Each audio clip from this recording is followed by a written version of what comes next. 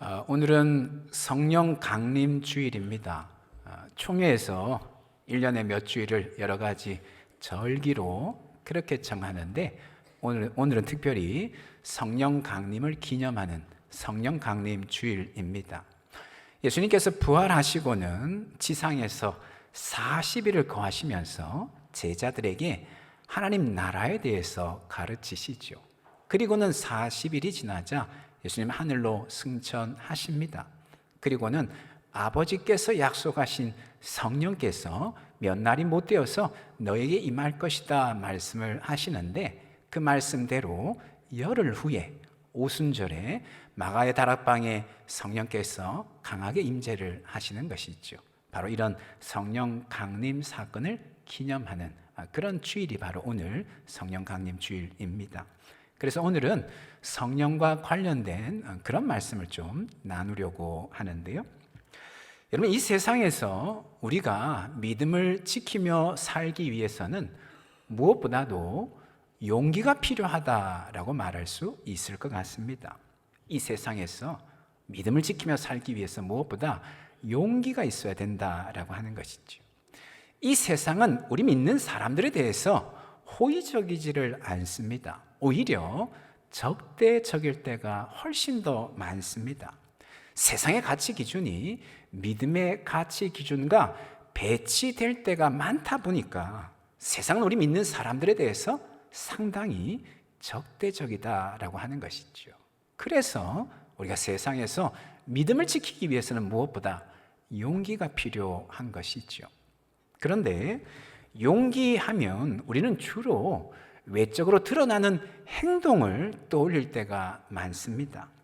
용맹스러운 군인이 전쟁에서 물러서지 않고 전진하여 나아가거나 불량배들을 무서워하지 않고 맞서 싸우는 것과 같이 용기하면 주로 외적으로 드러나는 행동을 떠올리게 된다라고 하는 것이죠. 하지만 용기는 외적인 행동보다는 내면의 마음 상태에 더욱더 핵심이 있습니다. 가령 오랜 질병에도 불구하고 좀처럼 포기하지 않고 끝까지 견디면서 그 질병과 싸워 이기는 그런 사람에게서 우리는 용기를 발견할 수 있는 것이지요. 혹은 자신의 실수나 잘못에 대해서 겸허하게 인정하고 나아가서는 용서를 구할 줄 아는 그런 사람에게서도 우리는 용기를 발견을 하게 됩니다. 그런 것처럼 용기는 내면적인 마음 상태를 가리킨다라고 하는 것이지요. 그래서 독일의 한 신학자는 용기를 이렇게 정의하였습니다. 기본적인 존재 방식으로서의 마음의 자세다, 이런 정의를 내렸습니다. 용기란 기본적인 존재 방식으로서의 마음의 자세라는 것이죠. 좀 어렵게 들려지는 것 같은데요, 쉽게 말하면 이런 의미인 것이죠. 어떠한 외적인 상황 속에서도 마음의 흔들림 없이 그 중심을 잡는 상태라고 하는 것이죠. 어떤 상황 속에서도 견디어내고 버텨낼 줄 아는 그런 상태를 말하는 것이죠. 그러기에 이 세상에서 신앙인으로 살아가기 위해서 무엇보다도 용기가 필요한 것이죠. 적대적인 세상 속에서도 흔들림 없이 굳건하게 마음을 지키고 믿음을 지켜 나가야 되기 때문에 그런 것입니다. 그렇다면 여러분, 우리는 어떻게 하면 용기 있는 삶, 용기 있는 신앙생활을 할 수 있을까요? 신앙에 있어서 용기의 근원은 무엇이겠습니까? 오늘 본문에서 아주 중요한 용기의 근원 한 가지를 우리가 발견할 수 있는데요, 본문 18절에 보니까 예수님께서 제자들에게 이런 말씀을 하십니다. 내가 너희를 고아와 같이 내버려 두지 아니하고 너희에게로 오리라, 이런 말씀을 합니다. 예수님께서 제자들을 고아와 같이 홀로 내버려 두지 아니하시고 다시금 제자들에게 오시겠다, 그런 말씀을 합니다. 예수님이 이 말씀을 하신 데에는 이유가 있습니다. 오늘 본문의 말씀은 소위 예수님의 고별 설교 중에 한 대목에 해당이 됩니다. 예수님께서 제자들 곁을 떠나시게 되는데 마지막으로 하신 이 고별 설교가 있는데, 그 고별 설교 중에 한 대목이 바로 오늘 본문의 말씀인 것이지요. 이제 예수님은 곧 제자들 곁을 떠나시게 되었습니다. 바로 십자가에 못 박혀 죽으시게 된 것이지요. 아마도 떠나신다는 예수님 말씀을 들었던 제자들 마음에는 큰 두려움이 엄습해 왔던 것 같습니다. 그도 그럴 것이 제자들은 3년 동안 예수님을 따라다니면서 사람들에게 환영도 받았지만 동시에 박해와 위협 또한 수도 없이 받았던 것이지요. 그나마 예수님이 함께 하실 때에는 그 박해와 위협을 감당해낼 수 있었습니다. 하지만 이제 예수님 떠나시고 나면 제자들만 홀로 남아서 그 수많은 박해와 위협을 감당해야 됐던 것이지요. 도무지 상상조차 하고 싶지 않은 그런 일이었던 것입니다. 그래서 제자들은 떠나시겠다는 예수님 말씀을 들었을 때에 큰 두려움에 사로잡혔던 것이다 라고 하는 것이죠. 예수님 제자들이 이런 마음 상태를 잘 아셨습니다. 그래서 조금 전에 우리가 보셨던 18절 말씀처럼 제자들을 결코 고아와 같이 홀로 내버려 두지 아니하시고 예수님 반드시 다시 오셔서 제자들과 함께 하시겠다, 그런 말씀을 하신 것이죠. 그런데 우리가 여기서 좀 생각해 볼 것이 있습니다. 두 가지를 좀 생각해 볼 것이 있는데요. 하나는 뭐냐 하면 예수님이 다시금 제자들에게 오시겠다 말씀하셨는데 이 다시 오심의 약속이 어떻게 성취되는가라고 하는 것입니다. 예수님이 어떤 방식으로 제자들에게 다시 오시느냐라고 하는 것이죠. 보면 16절에 보면 이 다시 오심의 약속이 어떤 방식으로 성취될 것인가 우리가 좀 짐작을 해볼 수가 있는데요. 16절에 이렇게 말씀을 합니다. 내가 아버지께 구하겠으니 그가 또 다른 보혜사를 너희에게 주사 영원토록 너희와 함께 있게 하리니, 이런 말씀을 합니다. 예수님께서 하나님 아버지에게 요청하시겠다는 거예요. 하나님 아버지로부터 또 다른 보혜사를 보내주셔서 제자들과 영원토록 함께 하시도록 하겠다, 그런 말씀을 하시는 것이죠. 여기서 이 보혜사가 누구를 가리키는가 우리는 잘 알고 있습니다. 바로 성령 하나님을 가리키는 것으로 우리는 잘 알고 있습니다. 성령님은 보혜사이지요. 보혜사라는 말은 어떤 말인가 하면요, 보호하고 은혜를 베풀어 주시고, 사자는 스승사자입니다. 진리를 가르치시는 분이시다라고 하는 것이죠. 성령님은 보혜사로서 우리를 보호하시고 우리에게 풍성한 은혜를 부어주시고 우리에게 진리를 가르치시는 그런 분이시다라고 하는 것이죠. 그런데 예수님께서 성령을 가리켜서 그냥 보혜사라고 말씀하지 않고 또 다른 보혜사, 이렇게 말씀을 하고 있습니다. 또 다른 보혜사. 그 말은 다시 생각해 보면 성령님 말고 또 다른 존재의 보혜사가 계신다라고 하는 것을 전제하는 표현이죠. 그래서 또 다른 보혜사다, 이렇게 부르고 있는 것이죠. 그렇다면 또 한 분의 보혜사는 성령님 말고 누구를 가리키는 것일까요? 요한일서 2장 1절에 보니까요, 이런 말씀이 나옵니다. 나의 자녀들아, 내가 이것을 너희에게 쓰면 너희로 죄를 범하지 않게 하려 함이라. 만일 누가 죄를 범하여도 아버지 앞에서 우리에게 누가 있으니? 대언자가 있으니 곧 의로우신 예수 그리스도시라. 예수님이 우리의 대언자가 되어주셔서 하나님 앞에서 대언자로 계신다, 이런 말씀인 것이죠. 그런데 이 대언자라고 하는 말의 원어를 보니까요, 오늘 본문의 보혜사라고 하는 말과 똑같은 단어를 사용하고 있습니다. 파라클레토스라고 하는 원어를 사용하고 있습니다. 결국 예수님 또한 보혜사이시다라고 하는 것을 말씀을 하고 있는 것이죠. 예수님도 보혜사이시고 성령님도 보혜사이신 거예요. 다시 말하면 예수님과 성령님은 본질적으로 한 분이시다라고 하는 것을 말씀을 해주고 있습니다. 그러기에 예수님은 얼마든지 제자들 곁으로 다시 오실 수 있으셨고 영원토록 제자들과 함께 하실 수 있었던 것이죠. 바로 성령으로 제자들 곁에 오시고 제자들과 영원토록 함께 하신 것이다 라고 하는 것이죠. 뿐만 아닙니다. 예수님께서는 2000여 년이 지난 오늘날 우리에게도 오실 수 있을 뿐만 아니라 우리와도 영원토록 함께 하실 수 있으십니다. 바로 성령으로 우리에게 오셨고 성령으로 영원토록 우리와 함께 하시는 것이지요. 또 하나 더 우리가 생각해 볼 것은요, 그렇다면 예수님께서 성령으로 우리에게 오시는데, 그렇다면 성령은 또한 어떤 방식으로 우리에게 오시는가라고 하는 것을 좀 생각해 볼 필요가 있을 것 같아요. 오늘 본문에 보니까 성령께서 오시는 방식을 다양하게 표현하고 있는 것을 우리가 좀 발견하게 됩니다. 조금 전에 보셨던 16절 끝부분에 보니까 이렇게 말씀을 합니다. 영원토록 너희와 함께 있게 하리니, 성령께서는 우리와 영원토록 함께 하신다는 것이지요. 이때 이 함께가 헬라 원어를 보니까요, 메타라고 하는 단어를 사용하고 있습니다. 이때 이 메타는 그런 의미로 좀 볼 수 있을 것 같아요. 우리와 인격적인 관계를 맺는다, 친밀히 교제한다, 이런 의미로 좀 볼 수가 있을 것 같습니다. 성령 하나님께서 우리와 함께 하시는데 어떻게 함께 하시는가? 우리와 인격적인 관계를 맺으시고 친밀히 교제하시는 그런 분으로 영원토록 우리와 함께 하신다는 것이죠. 17절 하반절에도 보니까요, 성령이 오시는 방식에 대해서 말씀을 하고 있습니다. 17절 셋째 줄 끝에 보면 이렇게 말씀을 합니다. 그러나 너희는 그를 안 하니, 성령님을 안 하니, 그는 너희와 어떻게 거하시며? 함께 거하시며.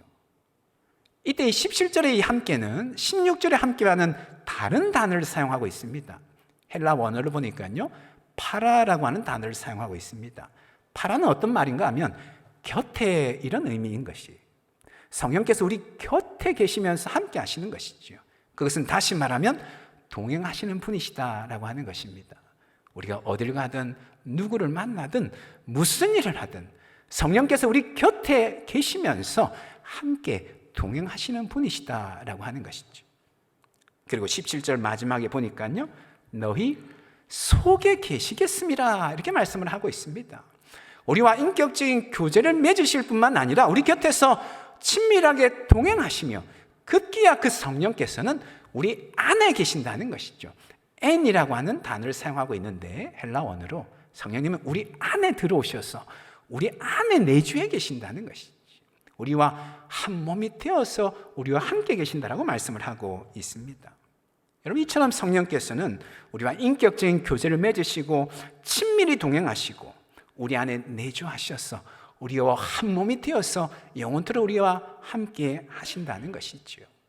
다시 말해서 언제나 어디서나 무엇을 하든 누구를 만나든 단 한순간도 예외이지 아니하시고 성령께서 늘 우리와 함께 하시는 분이시다 말씀을 하고 있습니다.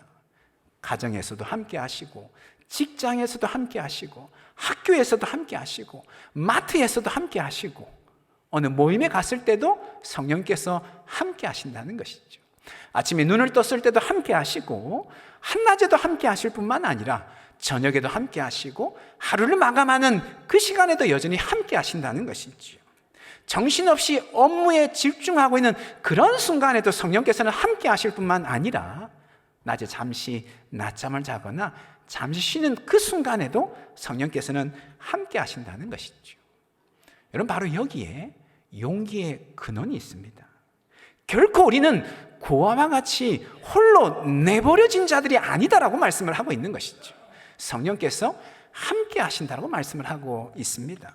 우리와 함께 하시되 우리를 보호하시고 풍성한 은혜를 부어주실 뿐만 아니라 우리에게 진리를 가르치시고 진리 가운데 인도하신다라고 말씀을 하고 있습니다.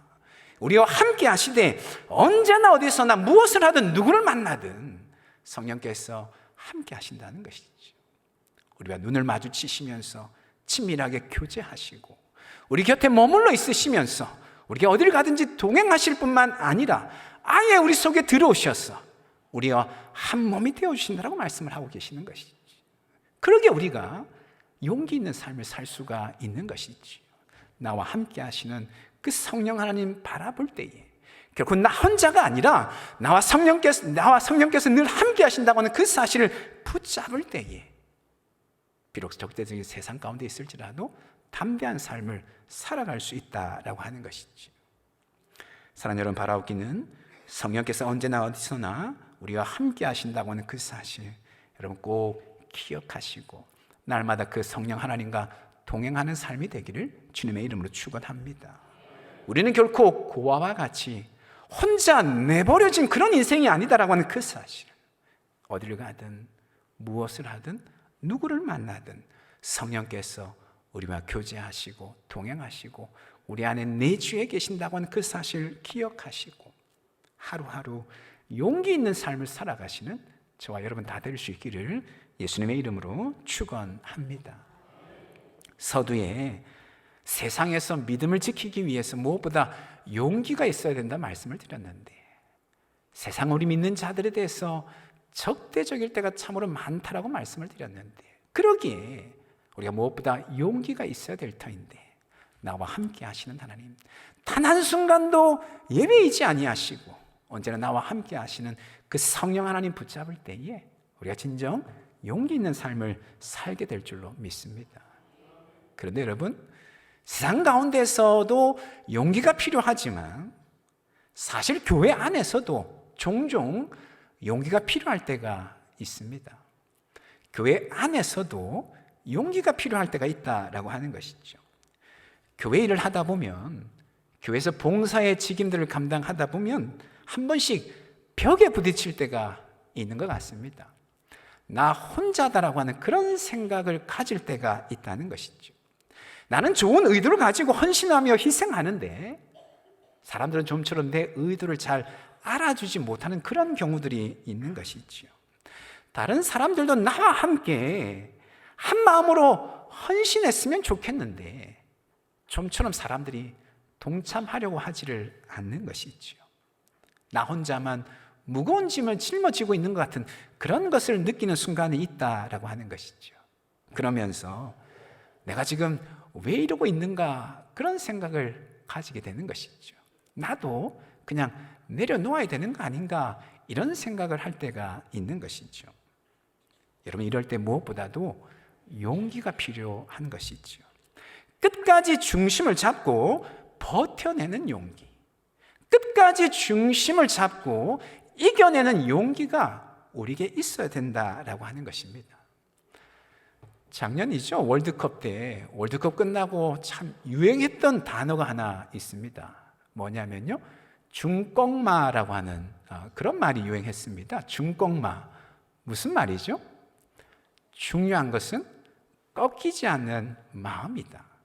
무슨 일을 하든 어떤 일을 하든 중요한 것은 마음이 꺾이지 않는 것이다 라고 하는 것이죠. 여러분, 교회 안에서도, 교회 일도 마찬가지인 것이죠. 교회를 하면서 무엇보다 이 중꺾마의 마음이 필요할 때가 있는 것이죠. 근데 어떻게 하면 이 중꺾마의 마음을 유지할 수 있을까요? 바로 나와 함께 하시는 성령 하나님 바라보고 그 성령 하나님 전적으로 의지할 때에 우리의 마음이 꺾이지 않을 수 있다라고 하는 것이죠.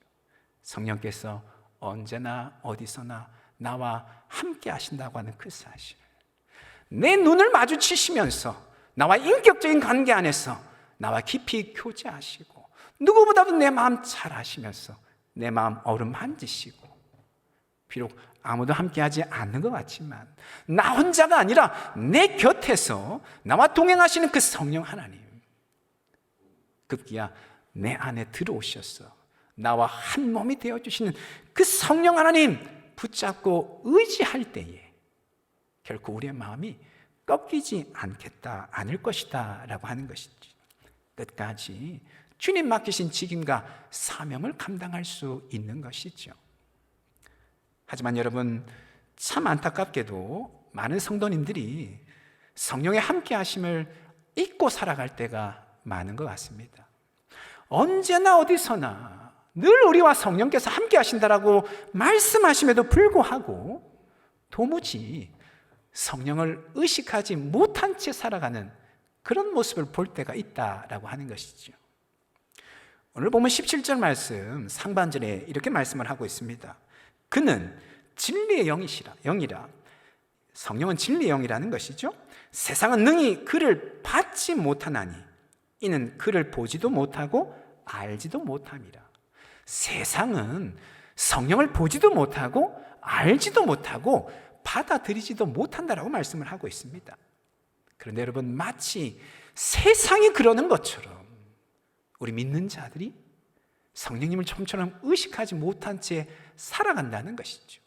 세상이 성령을 보지 못하고 알지 못하고 받아들이지 못하는 것처럼 우리 믿는 자들이 마치 세상이 그러는 것처럼 성령을 보지 못하고 알지 못하고 받아들이지 못한 채 살아가는 그런 경우들이 있다라고 하는 것이지요. 여러분, 이유가 무엇일까요? 다시 한번 우리 17절 상반절 말씀 한번 보시면요, 이렇게 말씀을 하고 있습니다. 그는 진리의 영이라. 성령님은 진리의 영이시라는 거예요. 진리가 무엇인지 분명히 가르쳐 주실 뿐만 아니라 그 진리가 예수 그리스도이라고 하는 사실을 확증해 주시고 예수님이 가르치시고 말씀하시는 바의 그 의미들을 깨닫게 하시는, 성령은 진리 편에 서서 진리를 증명하시는 진리의 영이라는 것이죠. 하지만 세상은 어떻다는 겁니까? 이 성령님을 보지도 못하고 알지도 못하고 받아들이지도 못한다는 겁니다. 세상은 비진리를 바라본다는 것이죠. 성령님 진리의 영이신데 세상은 비진리를 바라보고 비진리를 추구한다는 것이죠. 당연히 세상은 성령을 보지도 못하고 알지도 못하고 받아들일 수 없는 것입니다. 마찬가지인 것이죠. 우리가 함께 하시는 성령 하나님 좀처럼 의식하지 못하는 이유가 무엇일까요? 성령과 다른 것을 생각하고 성령과 다른 것을 바라보기 때문에 그렇다라고 하는 것이죠. 성령이 원하시는 것을 바라지를 않는 겁니다. 성령께서 관심 두고 있는 곳에 나도 관심을 두어야 되는데 그러지를 않는 것이죠. 세상이 원하는 것을 내가 바라보고 세상이 관심 두고 있는 곳에 나도 관심 두고 있다 보니까 아무리 성령께서 우리와 함께 하신다라고 할지라도 언제나 어디서나 무엇을 하든 누구를 만나든 성령이 우리와 함께 하심에도 불구하고 그 성령 하나님 좀처럼 의식하지를 못하는 것이죠. 우리말에 그런 말이 있지 않습니까? 뭐 눈에는 뭐만 보인다고요? 뭐만 보인다, 이런 말 하잖아요. 뭐 눈에는 뭐만 보인다. 돼지 눈에는 돼지만 보이고 강아지 눈에는 강아지만 보인다, 이런 의미로 우리가 이런 말을 쓰지 않습니까? 그럼 무슨 의미의 말일까요? 사람은 지금 자신이 관심 가지고 있는 그것을 주로 보게 된다는 것이죠. 세상에 수많은 것들이 있고 다양한 관심사들이 있는데 자기가 관심 두고 있는 그것만 보려고 하는 그런 속성이 있다는 것이지요. 그 사람의 마음에 담겨있는 그것에 따라서 세상을 바라보고 이해하려고 한다, 그런 의미의 말인 것이죠. 여러분, 우리 안에 성령의 소욕이 있다고 한다면, 성령이 원하시는 것을 나도 원한다라고 한다면 우리가 성령 하나님을 밝히 깨닫고 밝히 보고 알게 될 것입니다. 우리 안에 정말 성령이 원하시는 것, 그것을 나도 원하고 그것에 관심이 있다라고 한다면 언제나 어디서나 우리가 동행하시는 그 성령 하나님 밝히 보고 깊이 만나고 동행하게 될 것입니다. 하지만 우리 안에 육체의 소욕이 가득하다라고 한다면, 세상의 소욕으로 가득 채워져 있다라고 한다면 아무리 성령 하나님께서 우리와 함께 한다라고 할지라도 좀처럼 그 성령님 의식하지 못할 것입니다. 여러분, 바라옵기는 성령의 소욕이 저와 여러분 안에 충만할 수 있기를 예수님의 이름으로 축원합니다. 우리 성령께서 원하시는 것 나도 원하고, 성령께서 관심 두고 있는 그곳에 우리의 관심이 있기를 원합니다. 언제나 어디서나 그리하여서 무엇을 하든 누구를 만나든 늘 우리와 동행하시는, 단 한순간도 예외이지 아니하고 늘 우리와 함께 하시고 동행하시며 우리와 교제하시는 그 성령 하나님 밝히 깊이 만나시고 그 성령님으로 말미암아서 하루하루 용기 있는 삶, 강하고 담대한 삶을 살아가시는 우리 모두가 다 될 수 있기를 예수님의 이름으로 축원합니다. 아멘. 기도하겠습니다. 우리 함께 기도하실 때 말씀 붙잡고 함께 기도하기를 원하는데요, 예수님께서 승천하시기 전에 성령님을 보내주셨다 말씀을 하고 있습니다. 그 성령 하나님께서 우리와 함께 우리 곁에 우리 속에 거하신다라고 말씀을 하고 있습니다. 우리와 눈을 마주치시면서 인격적인 관계 안에서 교제하실 뿐만 아니라 친밀히 우리 곁에서 동행하시고 아예 우리 속에 들어오셔서 우리와 한 몸이 되어주셨다라고 말씀을 하고 있습니다. 거룩하신 하나님, 우리에게 믿음의 눈 열어주시옵소서. 이 성령 하나님 깊이 깨달아 알게 하시고 보게 하시고 알게 하시고 만나게 하여 주시옵소서. 그래 세상 가운데서 고아와 같이 홀로 내버려진 자가 아님을 분명히 확신하게 하시고 성령 하나님 의지함으로 강하고 담대하게 하루를 살아가는 우리가 되어줄 수 있도록 주님 역사하여 주시옵소서. 우리 신 말씀 붙잡고 함께 기도하며 나가기를 원합니다. 기도하시겠습니다. 거룩하신 하나님 아버지, 우리 예수님 승천하시기 전에 성령을 우리에게 보내주셨다라고 말씀하고 계시는데 그 성령 하나님께서 우리와 함께 우리 곁에 우리 안에 거하신다고 말씀하고 계신데 이 시간에 우리에게 믿음의 눈 열어주시어서 우리와 함께 하시는 그 성령 하나님 온전히 바라볼 수 있도록 주님 역사하여 주시옵소서. 언제나 어디서나 무엇을 하든 누구를 만나든 단 한순간도 예외이지 아니하신지 성령 하나님께서 매 순간 우리와 동행하시고 인도하심을 믿음으로 온전히 바라보게 하여 주시옵시니 그 성령 하나님 의지함으로 말미암아 세상 가운데서 고아와 같이 홀로 내버려진 자가 아님을 확신하게 하시고 강하고 담대하게 살아갈 수 있는 우리 모두가 다 되어줄 수 있도록 주님 역사하여 주시옵소서. 이 아침에도 주의 성령께서 우리의 눈 밝히 열어 주시옵시되 오직 주의 성령 의지하며 나아갈 수 있도록 인도하여 주시옵기를 간절히 기도합니다. 거룩하신 하나님 아버지, 주님 인도하여 주시옵소서. 역사해 주시옵소서. 함께하여 주시옵소서.